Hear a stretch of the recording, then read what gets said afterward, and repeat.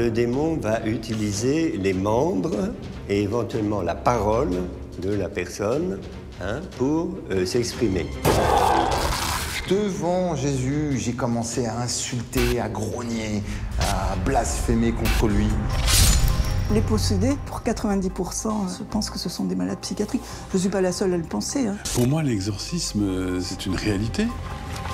Moi, personnellement, je ne souhaiterais pas pratiquer des exorcismes parce que je ne voulais pas me retrouver devant des phénomènes qui m'auraient paniqué. Je ne vous dirai pas qui je suis. Vous ne verrez jamais mon visage. Vous me croiserez sans me voir. Mon passé était glorieux. Dans mon métier, j'étais considéré comme le meilleur. Le meilleur. Jusqu'à ce jour maudit, jusqu'à l'enquête de trop.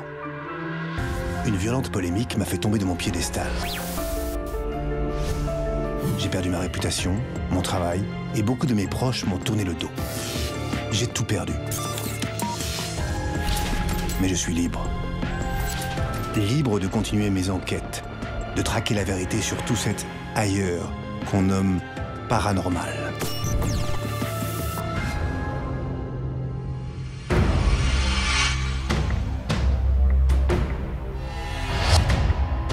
Le diable, notre peur suprême, l'ennemi ultime de l'humanité, mais aussi l'incarnation de tous ces maux. Guerre, maladie, meurtre, ne seraient-ils pas les œuvres du grand ordonnateur de la noirceur des hommes? Si son existence était un jour prouvée, elle nous dédouanerait donc de nos pires fautes. Shaitan, Satan, Lucifer, qu'importe son nom. De tout temps, les grandes religions l'ont toujours combattu, sans forcément le vaincre. Aussi, ce jour-là, hésitais-je avant de me lancer dans cette enquête angoissante. Mon but, savoir comment le prince des ténèbres se manifestait. Si l'emprise du démon était plausible, alors j'avais rendez-vous avec notre cauchemar le plus sombre. Et si tout ça n'était que pathologie psychiatrique empreinte de mysticisme, alors je m'apprêtais à plonger dans l'univers des dérèglements psychiques les plus dérangeants.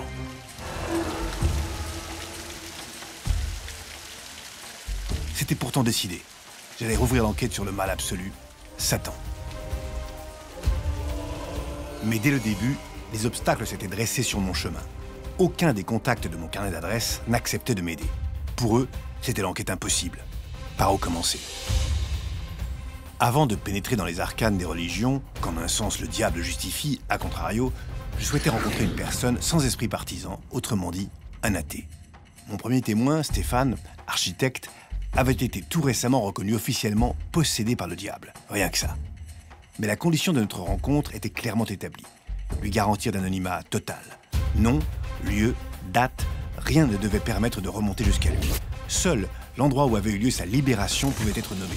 La chapelle de la Castille, dans le diocèse de Fréjus-Toulon. Son récit commençait par une simple visite dans un lieu de prière.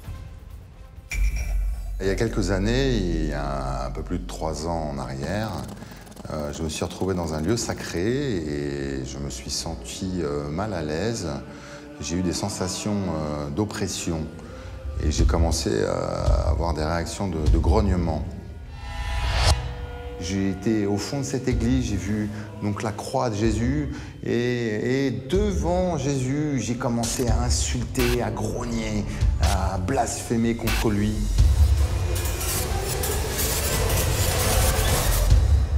La crise est tellement violente que Stéphane, bien que non croyant, cherche auprès de l'Église catholique un interlocuteur vers lequel il puisse se tourner. Je me suis rapproché du service officiel exorcisme catholique où j'ai eu un rendez-vous avec donc un prêtre exorciste. Le père Maxime m'explique que j'ai quelques liens avec le mauvais. Mauvais, le mot est lâché. Le père Maxime décide de suivre la procédure en commençant par une simple prière de délivrance censée apaiser n'importe quel esprit tourmenté. J'avais jamais prié et le père commence sa prière et fait une imposition des mains sur moi. Et à partir de cette imposition des mains, j'ai une réaction et je tombe au sol. J'ai une réaction de grognement. Et donc le père Maxime d'Arbaumont arrête tout de suite, va chercher son confrère prêtre, le père Georges Berson, et il me demande de le suivre dans la chapelle. Il est très rare que le père Maxime interrompe une prière de la sorte. En 2013, à Paris, sur plus de 1500 consultations comme celle-ci, seules 3 personnes ont été emmenées dans la chapelle pour se faire exorciser. La crise de Stéphane devait être réellement violente pour qu'il décide de s'en remettre à un exorciste. L'opération est réputée très dangereuse. Chaque année, des décès faisant suite à un exorcisme font la une de nos journaux.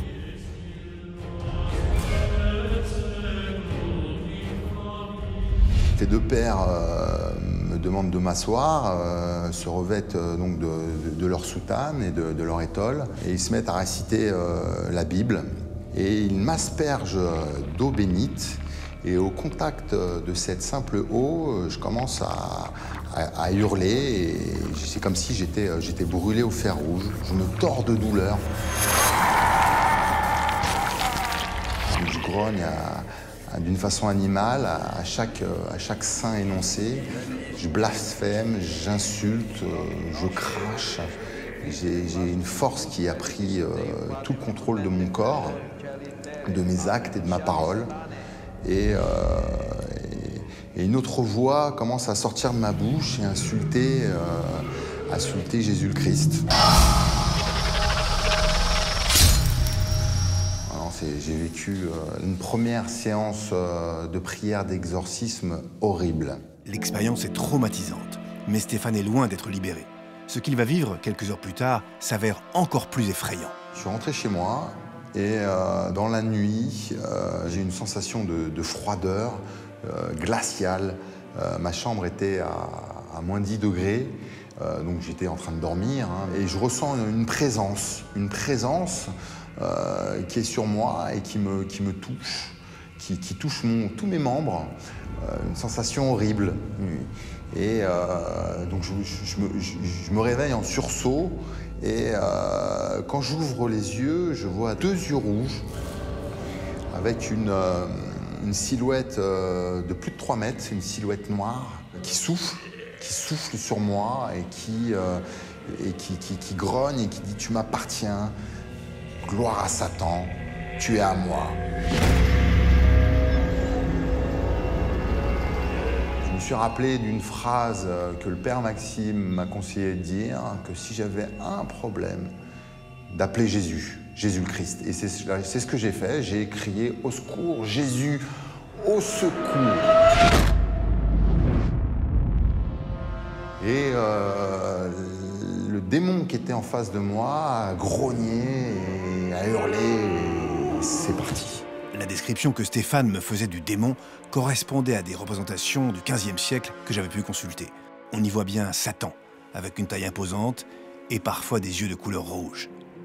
Mais ce soir-là, Stéphane était seul dans son lit. Rien ne me garantissait donc qu'il ne s'agissait pas d'une hallucination, d'un cauchemar. J'étais sceptique sur la présence du diable cette nuit-là. Mais le malin allait se manifester de nouveau, et cette fois-ci devant témoins.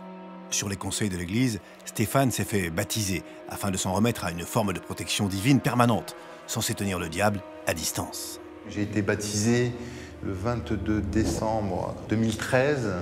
J'ai eu des grosses manifestations d'ordre démoniaque. L'Assemblée, entre autres, a été sous le choc. Et Satan criait à travers moi que j'allais pas recevoir le corps du Christ. J'avais 3 prêtres sur moi avec leur étole qui se sont bagarrés pour me faire communier. Une fois que j'ai reçu le corps du Christ, je suis tombé. J'ai ressenti cette puissance, la puissance de Jésus cette lumière intérieure, cet amour qui a transpercé mon corps. Ce jour-là, le diable aurait donc quitté le corps de Stéphane. Pour lui, une nouvelle page de son histoire allait enfin s'écrire. En sortant de mon entretien avec Stéphane, j'avais contacté sa mère, qui était présente le jour du baptême. Si elle m'avait bien confirmé que tous les événements s'étaient bel et bien produits, elle n'avait malheureusement pas voulu témoigner. Curieux de savoir si de tels phénomènes avaient déjà eu lieu, je retournais à mes archives où je retrouvais toute une série de témoignages, dont celui de Chantal. En 2010, voici ce qu'elle confiait au micro d'une journaliste. Ça a commencé par des des pointes comme enfoncées dans le ventre, des douleurs partout, comme si on se soulevait par la tête, comme si on m'étouffait, qu'on m'étranglait. À la limite, quand on a une maladie, je veux dire un cancer ou autre chose, quelque chose de plus grave, on sait contre quoi on se bat. Là, on se bat avec l'invisible. Ça m'a menée quand même dans un hôpital psychiatrique. J'ai eu la chance de tomber sur un bon psychiatre qui comprenne ça. À la différence de Stéphane, c'est donc le corps médical qui avait envoyé Chantal consulter un exorciste. Sur cette bande-son inédite, un micro avait pu enregistrer un des exorcismes de Chantal, lui aussi pratiqué par un prêtre de l'Église catholique. Nous croyons que tu es présente dans cette hostie consacrée par le prêtre et t'as délivré de leurs liens toutes ces foules qui venaient vers toi. Aujourd'hui, Seigneur, je te prie pour Chantal. Parcours toute sa vie, depuis sa conception jusqu'à ce jour. Cette séance d'exorcisme était glaçante. Et par ailleurs, j'étais dans l'incompréhension la plus totale. Pourquoi les psychiatres s'étaient-ils avoués vaincus devant le cas de Chantal? Devant quel phénomène la médecine est-elle impuissante au point de s'en remettre à la religion? Les médecins me devaient quelques explications. J'espérais que Mireille Robinson, qui collabore régulièrement avec le prêtre exorciste de son diocèse, puisse m'apporter des réponses. Les possédés, pour 90%, je pense que ce sont des malades psychiatriques. Je ne suis pas la seule à le penser, hein. Je connais plusieurs exorcistes qui disent la même chose. Des psychiatres m'avaient expliqué que les symptômes manifestés par les possédés ressemblaient à ceux de l'hystérie. Vers la fin du 19e siècle, Jean-Martin Charcot, un médecin mondialement reconnu exerçant à l'hôpital de la Pitié-Salpêtrière, avait pour habitude de faire venir dans son amphithéâtre des femmes hystériques. Ces femmes, exhibées telles des bêtes de foire, commençaient alors à convulser, à se tordre dans tous les sens, et allaient même jusqu'à vociférer comme des animaux. Alors on peut se poser réellement la question, est-ce que cette personne qu'on exorcise n'est pas tout simplement en train de nous faire une grosse crise d'hystérie? Le problème, c'est que ce sera souvent une réponse a posteriori. La personne hystérique, elle va rester hystérique, elle va vous faire des crises. Et c'est arrivé d'ailleurs que certains prêtres s'épuisent à exorciser, ça marche jamais, puisque ce ne sont pas des vrais possédés. Ce sont des gens qui veulent qu'on s'intéresse à eux. Mais les experts rapprochent aussi la possession d'une autre maladie, la schizophrénie. Le schizophrène, c'est quelqu'un qui est coupé du réel, et vous allez avoir des symptômes, et ce symptôme principal, c'est le délire. C'est pour ça qu'on dit qu'ils sont fous, hein, parce qu'ils sont délirants. Et dans ce délire, souvent, le délire est fourni par des hallucinations. Hallucinations visuelles, auditives, ou alors, un mot barbare, synesthésique. Qu'est-ce que ça veut dire, synesthésique? Ça veut dire au niveau de ce qu'on sent, c'est-à-dire ce sont des gens qui vont vous décrire que des fluides ou des ondes passent dans leur corps. J'étais curieux de savoir ce que pensait le docteur Robinson du cas de Stéphane. Était-il hystérique, schizophrène ou bien autre chose? Alors, de deux choses l'une, ou Stéphane est effectivement un schizophrène, il a des hallucinations visuelles et synesthésiques puisqu'il sent du froid. Donc tout ça, c'est du subjectif. Il voit deux yeux rouges, là aussi, c'est du subjectif. Stéphane schizophrène? Possible. Mais un détail ne collait pas. La phrase qu'il prononce, hein, c'est « Jésus-Christ, tu es mon sauveur, viens à moi en aide ». Alors, s'il est schizophrène, ça ne va pas pouvoir le guérir. Même s'il y croit à ce qu'il dit, il ne peut pas avoir l'influence sur son cerveau. S'il s'agit d'une hystérique ou d'un hystérique, ce n'est pas la même chose. C'est-à-dire qu'une hystérique, elle, en prononçant sa phrase et en y croyant vraiment, elle pourra guérir. Si Stéphane peut s'auto-persuader, alors il n'est ni totalement schizophrène, ni totalement hystérique. Il pourrait donc bel et bien appartenir aux 10 autres % de ces malades qui, comme Chantal, restent des mystères psychiatriques. J'ai consulté un psychiatre pendant 1 an. Ça n'a rien donné. Je ne pense absolument pas que la médecine puisse tout expliquer. Il y a des médecins qui se targuent de cela, et puis quand ils ne peuvent pas expliquer, ils disent « un jour, la science expliquera ». Je n'allais pas attendre que la science explique rationnellement les symptômes de Stéphane. Et avant tout, je voulais rencontrer physiquement une personne qui avait vu le diable quand il se manifestait chez Stéphane.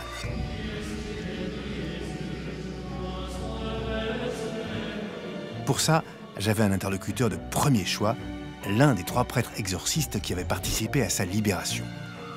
Entré dans les ordres après une formation d'ingénieur très rigoureuse à l'école centrale, le père Fropeau comptait à son actif plus de 90 victoires sur le démon. Avec un tel palmarès, il devait forcément avoir l'œil pour reconnaître les signes extérieurs d'une emprise maléfique.